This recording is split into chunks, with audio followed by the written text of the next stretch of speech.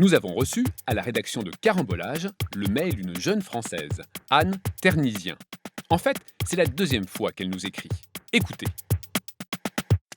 Bonjour Carambolage. Vous vous souvenez? L'année dernière, à mon retour d'un séjour musical en Allemagne, je vous avais écrit pour vous dire mon étonnement devant la façon très négative qu'ont les Allemands de parler de ces petites taches brunes sur la peau. Ils disent Leberfleck, tache du foie, là où nous disons en France grain de beauté. Une sacrée différence. Je vous parlais aussi de ces autres taches dorées que nous appelons en français taches de rousseur, tandis qu'en Allemagne, on dit Sommersprossen, germe d'été. Ok, ça va, mais aussi parfois Mückenschiss, chiure de moustique. Bref, dans les deux cas, une vision très dépréciative de ces petites marques corporelles en Allemagne, tandis qu'en France, on leur donne une jolie couleur poétique.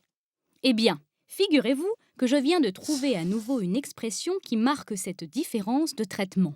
Vous savez que, chez certaines personnes, les deux incisives centrales de la mâchoire du haut ne sont pas collées, mais présentent un petit interstice. Comment appelle-t-on cela? Certes, dans les deux pays, le nom scientifique est le même. Diastème en français, diastéma en allemand. Un mot grec qui veut dire intervalle. Mais dans la langue courante, nous les Français, nous appelons cela les dents de la chance, et plus souvent encore, les dents du bonheur. Et oui, ces dents sont censées apporter chance et bonheur à leurs détenteurs. Dans certains pays africains, on va jusqu'à se faire opérer quand on est dépourvu de cet intervalle, signe de beauté, pour le fabriquer artificiellement. Bon, et comment appelle-t-on parfois les dents du bonheur en allemand? Je vous le donne en mille. J'ai entendu nommer ça récemment Affenlücke, l'intervalle du singe. C'est vrai que c'est très répandu chez les primates, mais quand même, ce n'est pas une raison. C'est comme si tous les signes distinctifs, tout ce qui ne rentre pas dans la norme, était bien souvent jugé de façon négative en Allemagne. Et je trouve ça bien dommage. Bien à vous, Anne Ternisien.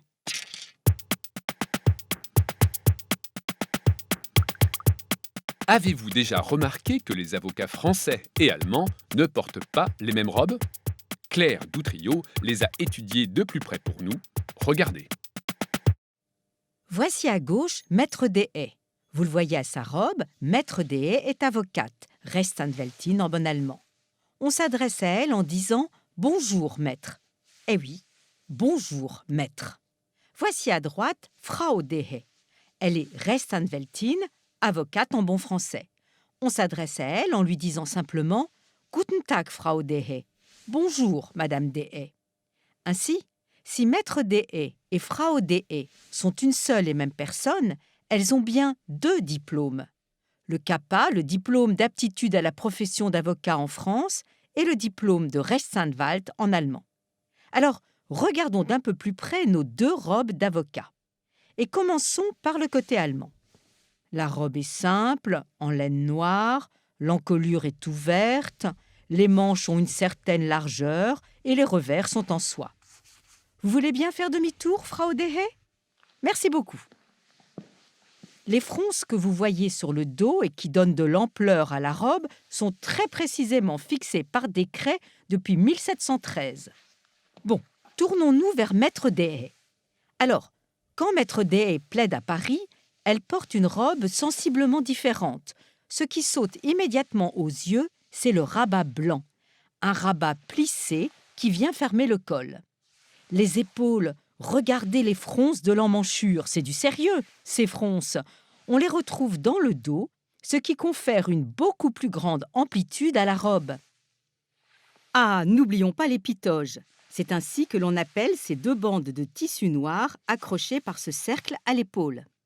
Maître Deshaies est avocate au barreau de Paris.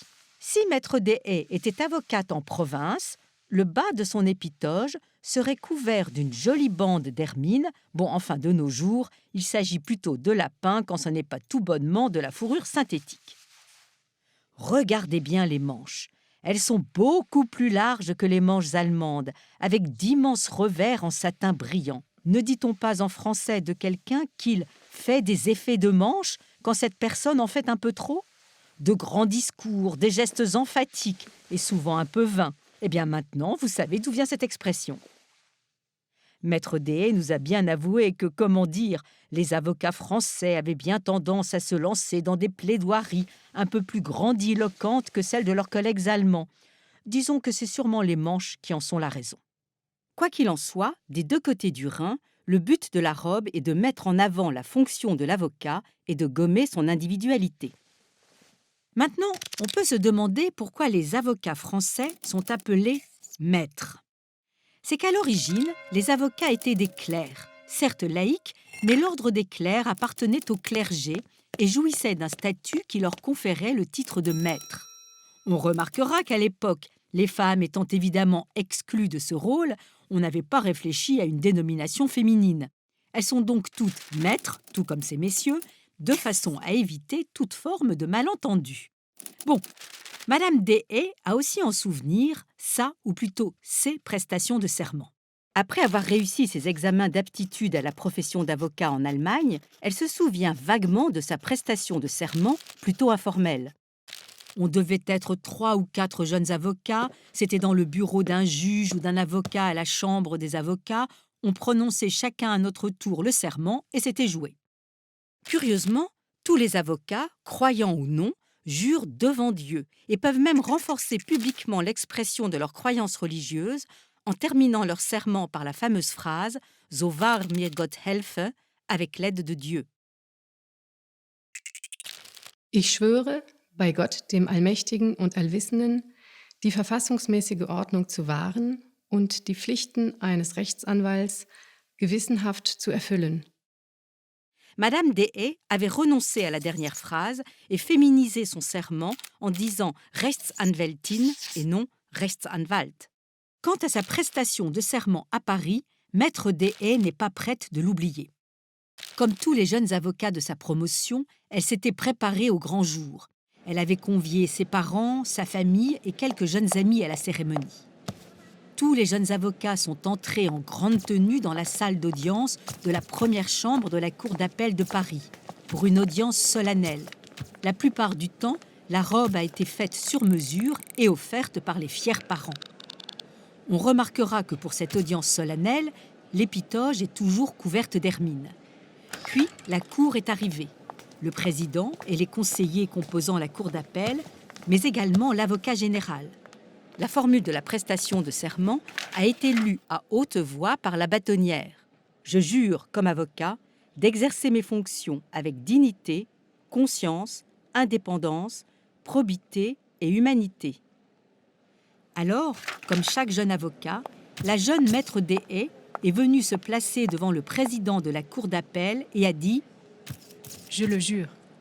Après cette prestation de serment, le bâtonnier a prononcé un discours dans la bibliothèque de l'Ordre des avocats.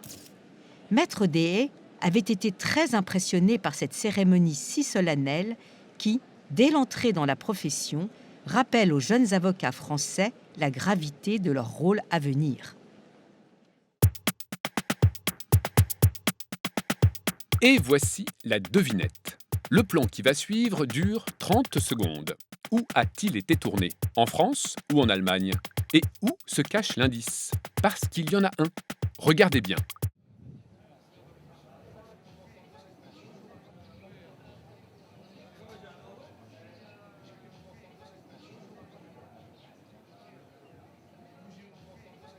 Ce n'est vraiment pas compliqué aujourd'hui. Vous devriez trouver.